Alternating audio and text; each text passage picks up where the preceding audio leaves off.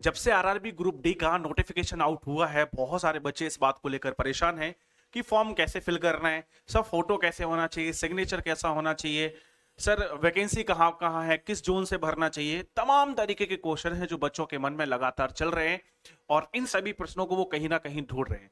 तो आज मेरे भाई इस वीडियो के माध्यम से मैं आपको कंप्लीट डिटेल प्रोवाइड कराने वाला हूं आरआरबी ग्रुप डी के नोटिफिकेशन से। तो इस वीडियो को लास्ट तक देखेगा, आपकी हर एक बात का जवाब यहां पर मेरे भाई जरूर मिल जाएगा। और सारी की सारी जो कंप्लीट इंफॉर्मेशन है आरआरबी ग्रुप डी के नोटिफिकेशन से लेकर, वो मैं यहां पर आपके साथ डिटेल में डिस्कस करने वाला हूं। तो चलिए वीडियो को शुरू करते हैं। वीडियो को लास्ट तक देखना और अगर कोई चीज अधूरी रह जाए, कोई मन में आपका सवाल रह जाए, तो मेरे भाई उसको आप कमेंट बॉक्स में कमेंट करके जरूर पूछ लीजिएगा। वहां पर मैं आपको जरूर जरूर जरूर रिप्लाई कर दूंगा, ठीक है। तो चलिए वीडियो को शुरू करते हैं और जानते हैं one by one RRB group D के कंप्लीट नोटिफिकेशन को। सबसे पहले हम लोग मेरे भाई चर्चा कर लेते हैं सभी इंपॉर्टेंट डेट्स पर। तो इंपॉर्टेंट डेट ये है कि 22 जनवरी को इसका नोटिफिकेशन आया था। और अगर मेरे भाई यहां पर हम लोग बात करें तो जो फॉर्म है आपका वो 23 जनवरी से भरना स्टार्ट हो गया है ना। 23 जनवरी से इसके फॉर्म भरना स्टार्ट हो गए हैं। 22 फरवरी इसकी लास्ट डेट रहने वाली है फॉर्म के फिल करने के लिए। और जो फी की क्लोजिंग डेट है मेरे भाई वो 24 फरवरी रहेगी। लेकिन आपको कोशिश करनी है कि अंतिम डेट से पहले ही आपने फॉर्म को क्या कर लेना है, फिल कर लेना है। इसके बाद मेरे भाई अगर आपकी धोखे से गलती से कोई मिस्टेक हो जाती है, वैसे कोशिश करना कि आपकी कोई मिस्टेक ना हो, लेकिन अगर गलती से मेरे भाई कोई भी मिस्टेक आपकी हो जाती है तो इसका आपको मौका मिलेगा 25 फरवरी से लेकर 6 मार्च के बीच, जहां पर आप क्या कर पाएंगे, अपने फॉर्म में जो है वो करेक्शन कर पाएंगे। ये इंपॉर्टेंट डेट्स हैं। अभी एग्जामिनेशन की कोई डेट आई नहीं है, तो अभी एग्जामिनेशन के डेट के बारे में हम कोई चर्चा यहाँ पे नहीं कर रहे हैं। अगर मेरे भाई हम पोस्ट वाइज वैकेंसी देखें कि कितनी कितनी वैकेंसी है, तो सबसे पहले हम लोग बात करेंगे पॉइंट्समैन की। तो मेरे भाई पॉइंट्समैन में कुल 5058 वैकेंसी है। अगर हम असिस्टेंट की बात करें तो इसमें हमारे पास 799 वैकेंसी है।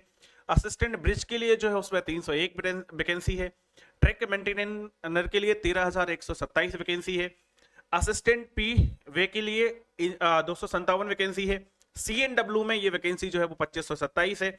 टीआईडी में यानी कि ट्रैक्शन डिपार्टमेंट में आपका ये 1381 है। SNT यानी कि सिग्नल एंड टेलीकॉम में आपका 2012 है। ऐसे ही लोको सेट में अगर हम बात करें डीजल वाले में तो 420 वैकेंसी है। इलेक्ट्रिकल में बात करें लोको सेट में तो 950 है। और ऑपरेशन में अगर हम इलेक्ट्रिकल में बात करें तो 744 वैकेंसी है, ठीक है। फिर असिस्टेंट TL एंड AC इसमें आपका 1041 है। फिर वर्कशॉप में अगर हम बात करें तो ये 624 है। और अगर हम मैकेनिकल वाला वर्कशॉप में बात करें तो यहाँ पे 3077 है। इस हिसाब से कुल आपकी वैकेंसी 32,438 जो है यहाँ पे बन जाती है। अगर आप इसको जोन वाइज देखें तो वेस्टर्न रेलवे में कितने हैं, नॉर्दर्न रेलवे में कितने हैं, सेंट्रल रेलवे में कितने हैं, ठीक है। ये सारे आप लोग यहाँ पर देख सकते हैं, मतलब जोन वाइज यहाँ पर सारी की सारी वैकेंसी जो है वो आपको देखने को मिल जाएगी। तो एक बार इसको गो थ्रू कर लीजिएगा या स्क्रीनशॉट ले लीजिएगा कि किस जोन के अंदर कितनी वैकेंसी है। और आपको जो सेलेक्ट करना है कोई भी जोन, वो यहाँ पे ध्यान रखेगा, आप या तो नंबर ऑफ वैकेंसी के अकॉर्डिंग कर सकते हैं या फिर अपनी सुविधा अनुसार, ठीक है, या फिर कट ऑफ के अकॉर्डिंग। ये 3 क्राइटेरिया होते हैं। अब आप किस में सूट हो रहे हैं वो आपको देखना है। अगर आप चाहते हैं कि आप मतलब इंडिया में जाके कहीं पर भी नौकरी कर सकते हो, आपको नौकरी की जरूरत है, हालांकि इससे पहले लोग सोच लेते हैं बाद में परेशान होते हैं, लेकिन अगर आप सच में ऐसा सोचते हैं तो आप देखिए कि कहां पे नंबर ऑफ वैकेंसी जो है वो सबसे ज्यादा है। और ये भी क्राइटेरिया रख सकते हैं कि कट ऑफ कहाँ की कम जाती है, ठीक है, उस जोन से भी आप भर सकते हैं। अगर आपको ये है कि नहीं भैया हम बहुत ज्यादा दूर जाके नहीं कर सकते, तो कोशिश करें कि आप अपने जोन से भरें और फाइट करें, क्योंकि वैकेंसी तो सारी जोन में है, ठीक है। वैकेंसी बढ़ने के चांसेस मेरे भाई रहेंगे और उसके लिए लोग लगातार प्रयासरत हैं। अगर मैं बात करूं कि इसके फॉर्म भरने में कितनी फीस लगेगी, तो देखिए जो अनरिजर्व्ड और ओबीसी कैंडिडेट हैं, है ना, जो अनरिजर्व्ड और ओबीसी कैंडिडेट हैं उनके 500 रुपए लगेंगे, जो इसमें से 400 रुपए मेरे भाई रिफंड हो जाएंगे जब आप कंप्यूटर बेस्ड टेस्ट यानी कि CBT एग्जाम में अपीयर हो जाएंगे।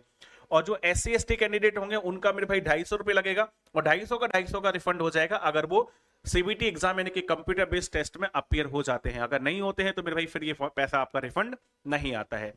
एलिजिबिलिटी क्राइटेरिया की अगर हम बात करें, मतलब क्या क्या क्वालिफिकेशन चाहिए है, तो सबसे पहले देखो साफ साफ लिखा है कि कैंडिडेट को 10th क्लास जो है वो पास होना चाहिए, है ना, या तो 10th क्लास पास हो या फिर ITI कर रखा हो या फिर अप्रेंटिस का डिप्लोमा कर रखा हो, ठीक है। और यहां पर एक चीज और इंपॉर्टेंट बात है कि देखिए 22 फरवरी 2025 एप्लीकेशन की क्लोजिंग डेट है।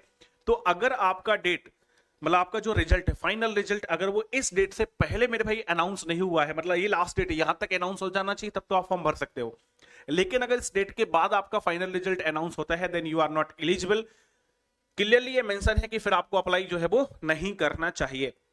इसके अलावा मेरे भाई क्या करना है आपको, इसके अलावा आपके पास दो क्वालिफिकेशंस और हो सकती हैं, या तो मैंने कहा आपके पास आईटीआई हो, या फिर आपके पास सेकंड ऑप्शन है कि आपके पास अप्रेंटिस हो। तो देखिए एक या तो ये क्वालिफिकेशन हो गई, या फिर ये वाली क्वालिफिकेशन हो गई, या फिर ये वाली क्वालिफिकेशन हो गई। इन तीनों में से कोई भी अगर आप एलिजिबिलिटी रखते हैं तो आप इस फॉर्म को फिल कर सकते हैं।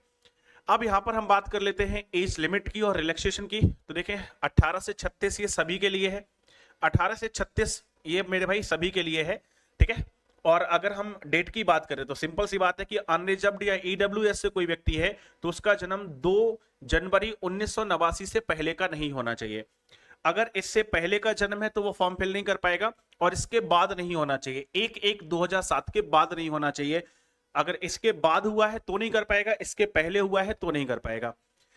ऐसे अगर मैं ओबीसी में बात करूं तो मेरे भाई 2 जनवरी 1986 से पहले नहीं होना चाहिए, और एससी एसटी में बात करूं तो 2 जनवरी 1984 से पहले आपका जन्म नहीं होना चाहिए। ये वाला क्राइटेरिया सभी के लिए मेरे भाई क्या हो जाता है, सेम हो जाता है, ठीक है।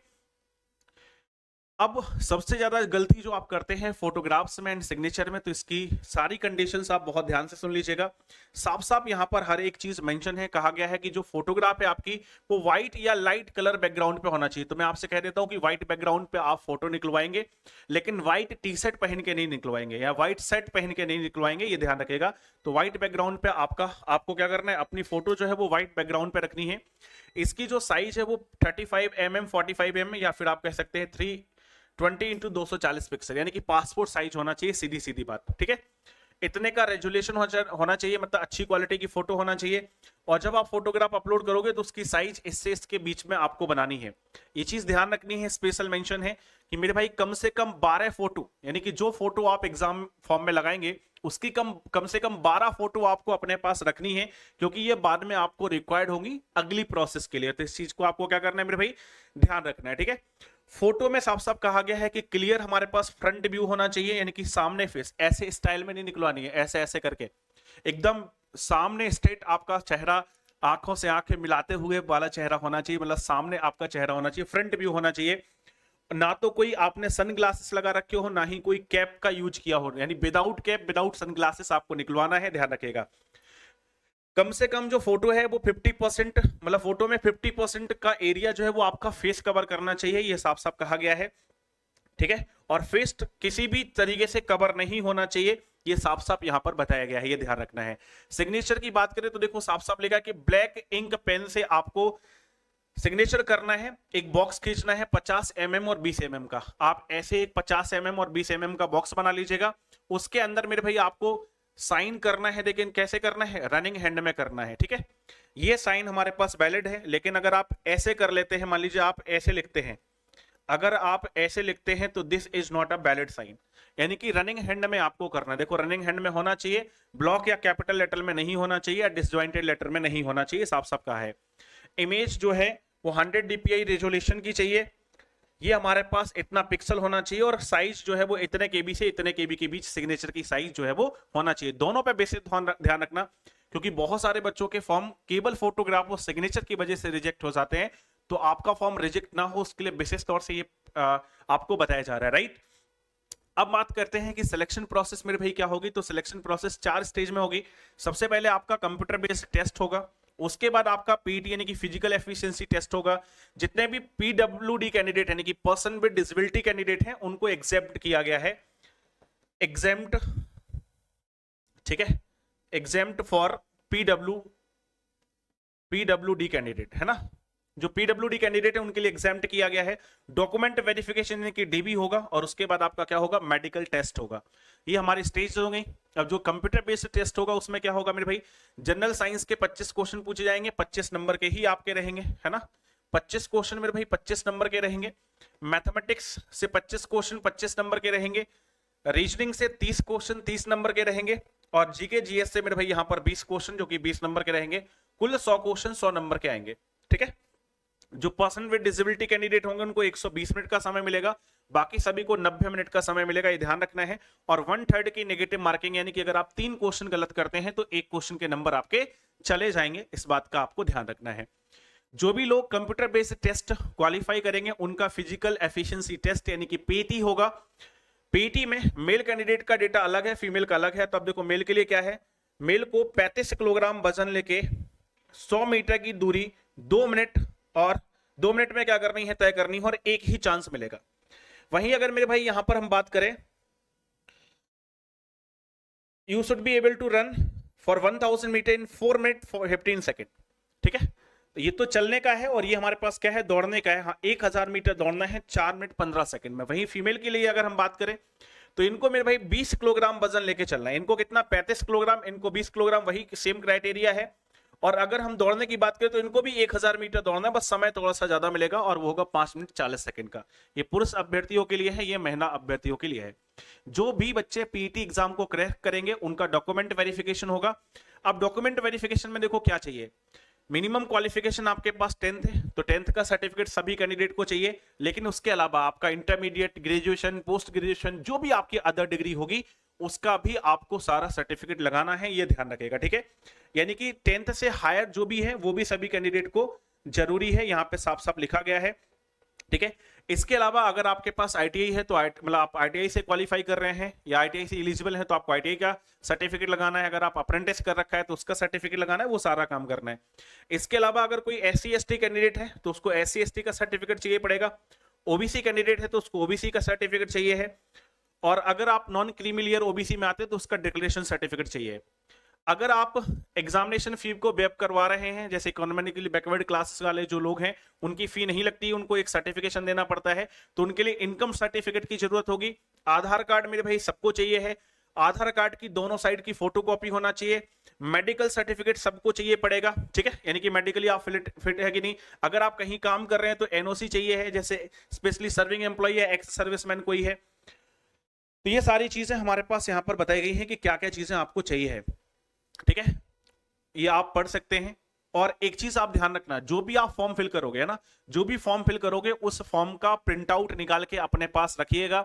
जो फी पे करेंगे उस फी का डिटेल भी उसमें होगा, सारा डिटेल। तो फॉर्म का प्रिंट आउट भी आपको अपने पास क्या करना है मेरे भाई, रखना है। देखो साफ साफ लिखा है, receipt of payment is made through a challan. अगर चालान के थ्रू आपने या पोस्ट ऑफिस में कहीं पर भी आपने फी जमा करी है तो उसको अपने पास रखना है। ठीक है, ध्यान रखेगा। अब इसके बाद हम बात कर लेते हैं कि मेडिकल स्टैंडर्ड क्या लगेंगे। तो देखो यहां पर सब कुछ लिखा हुआ है कि कौन सी पोस्ट के लिए किस लेवल का मेडिकल स्टैंडर्ड चाहिए है। ठीक है, किस लेवल का मेडिकल स्टैंडर्ड चाहिए है। जैसे असिस्टेंट अगर वर्कशॉप में बन रहे हैं मैकेनिकल डिपार्टमेंट में तो C1 लेवल का मेडिकल स्टैंडर्ड चाहिए। असिस्टेंट ब्रिज में जा रहे हैं इंजीनियरिंग डिपार्टमेंट में तो B1 लेवल का चाहिए। ये सारा डिटेल दिया है, इसको आप लोग पढ़ लीजिएगा। और यहां पर मैंने ये भी बताया है कि देखो A2 लेवल का जो मेडिकल है उसमें क्या जनरल फिटनेस चाहिए और क्या आई का स्टैंडर्ड होना चाहिए। A3 में क्या होना चाहिए, B1 में क्या होना चाहिए, B2 में क्या होना चाहिए, C1 में क्या होना चाहिए, C2 में क्या होना चाहिए।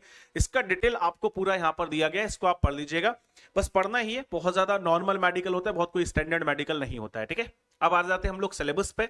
अगर मेरे भाई हम लोग यहाँ पे मैथ्स के सिलेबस की बात करें, यानी कि गणित में आपका क्या क्या पूछे जाना है, तो सिंप्लीफिकेशन यानी कि सरलीकरण आएगा, एचसीएफ एलसीएम आएगा, परसेंटेज से क्वेश्चन होंगे, प्रॉफिट लॉस से होंगे, SICI, ratio and proportion, age, time and work, pipeline system, time and distance, elementary statics जिसमें मीन मीडियन मोड आ जाते हैं, data interpretation, number system, BODMAS, decimal, fraction, algebra, trigonometry, mensuration और geometry. यानी कि arithmetic और advance दोनों ही हमारा सिलेबस का पार्ट है। वहीं अगर हम रीजनिंग में बात करें तो एनालॉगी से, अल्फाबेटिकल नंबर सीरीज से, कोडिंग डिकोडिंग से, मैथमेटिकल ऑपरेशन और उनकी रिलेशनशिप पे, सिलोगिज्म पे, जंबलिंग पे, बेन डायग्राम पर, आर्गुमेंट अजम्पशन के क्वेश्चन, डेटा सफिशिएंसी के क्वेश्चन, कंक्लूजन और डिसीजन मेकिंग के क्वेश्चन, सिमिलरिटी और डिफरेंस के क्वेश्चन, एनालिटिकल रीजनिंग के क्वेश्चन, क्लासिफिकेशन, डायरेक्शन के क्वेश्चन और स्टेटमेंट बेस्ड क्वेश्चन, ये सारे के सारे आपको रीजनिंग में देखने को मिलेंगे। वहीं अगर हम जीके जीएस में बात करें तो आपको पता है कि 20 क्वेश्चन हमारे पास जनरल साइंस से आने हैं, तो यहाँ पर फिजिक्स, केमिस्ट्री, लाइफ साइंस से रिलेटेड क्वेश्चन पूछे जाएंगे। जबकि करंट अफेयर्स या अदर जीके जीएस पोर्शन की बात करें तो उसमें आपका साइंस टेक्नोलॉजी हो गया, स्पोर्ट हो गया, कल्चर हो गया, पर्सनालिटीज हो गई, इकोनॉमिक्स हो गया, पॉलिटिक्स और एनी अदर सब्जेक्ट जो इंपॉर्टेंट उनको लगेगा उससे क्वेश्चन पूछ सकते हैं। मतलब इसमें सब कुछ समाहित हो जाता है। ठीक है, तो ये हो गया आपके सिलेबस की बात। अब अगर आपको तैयारी करनी है रिकॉर्डेड बैच के साथ करनी है तो आरआरबी एनटीपीसी ग्रुप डी के लिए रिकॉर्डेड बैच मिल जाएगा, जो आपको ये सारे लोग दिखाई दे रहे हैं। अभी इस पे 50% का डिस्काउंट चल रहा है, 500 में आपको मिल जाएगा। कोड आपको यूज करना होगा H500। इसके अलावा मेरे भाई अगर आप मेरे साथ लाइव बैच में जुड़ना चाहते हैं और डिटेल में तैयारी करना चाहते हैं तो आप इस बैच के साथ जुड़ सकते हैं, ये भी आपको अभिनय मैथ्स ऐप पर मिल जाएगा। और अगर सभी सब्जेक्ट की तैयारी करनी है तो ये बैच आपको मिल जाएगा, ठीक है। तो बस इतनी ही बात बतानी थी। अगर आपको लगता है कि कोई बात इसके अंदर छूट गई है या रह गई है तो आप लोग कमेंट में कमेंट कर दीजिएगा, मैं वहां पर आपको क्या कर दूंगा, डिटेल में इन्फॉर्म कर दूंगा, ठीक है। बाकी सेशन में फिलहाल इतना ही, मिलते हैं अगले सेशन में अगली इन्फॉर्मेशन के साथ। तब तक के लिए मेरे भाई अपना ख्याल रखिए, हंसते रहिए, मुस्कुराते रहिए और मेहनत के साथ पढ़ते रहिए। जय हिंद, love you all, take care.